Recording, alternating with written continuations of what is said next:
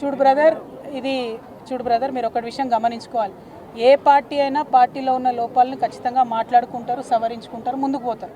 కానీ మా పార్టీలో ఉన్న ఏ ఒక్క నాయకుడి మీదకి అవతలోడు దాడికి వస్తే ఖచ్చితంగా మేమందరం ఒకరికొకరు అండగా నిలబడి కాపాడుకుంటాం. అందులో పెద్ద విశేషం ఏం లేదు. పార్టీలో ఉన్న కార్యకర్తల కోసం, వారి హక్కుల కోసం ఖచ్చితంగా మాట్లాడతాం.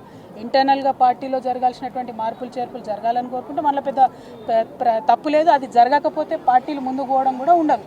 కాబట్టి దానికి దీనికి ముడిపెట్టాల్సిన అవసరం లేదు. మా నాయకత్వం మీద విమర్శ చేసి పబ్బం గడుపుకొని రాజకీయంగా లబ్ధి పొందాలని కాంగ్రెస్ పార్టీ చూస్తే వారి ప్రయత్నాన్ని ఖచ్చితంగా వమ్ము చేస్తాం.